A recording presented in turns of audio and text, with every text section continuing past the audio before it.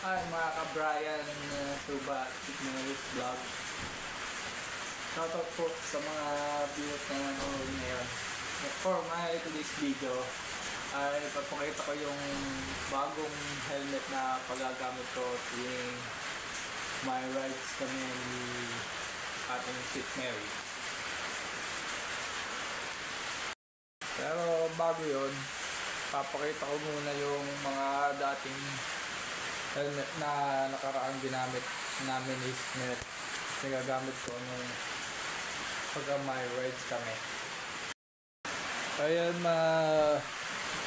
Meron si Brian, ayan yung una kong helmet na nagagamit ko lagi kay Sweet Mary na binigay sa akin yan nung binigay din sa kanya yung motor, itong black red na Honda helmet.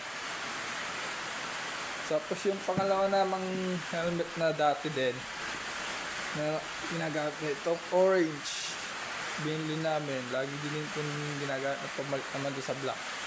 At ito na yung bagong helmet na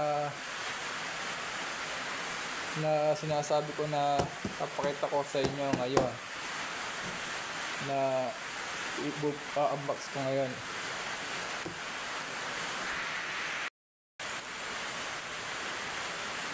Ngayon ay bubuksan ko na itong box.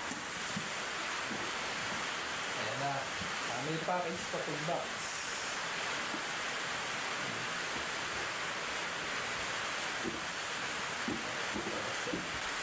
Ayan. Ito na yung bagong helmet na paggamit ko kay Sweet Mary.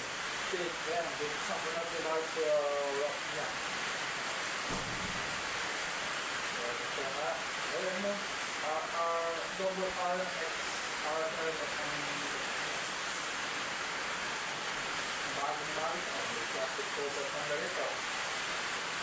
Meron pang certified sticker. Ganda niya. Ayan.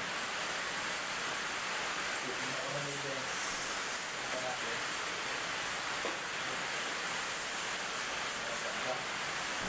Ito yung bagay mo papulang sa Sweet Mary. Tapos, Sweet Mary, Jolly Plastic. Ito yung bagay na gagamitin namin ni Sweet Mary para pag may rides kami, Western rides, kaalis kami. Ito yung bagong pink na helmet. Yan.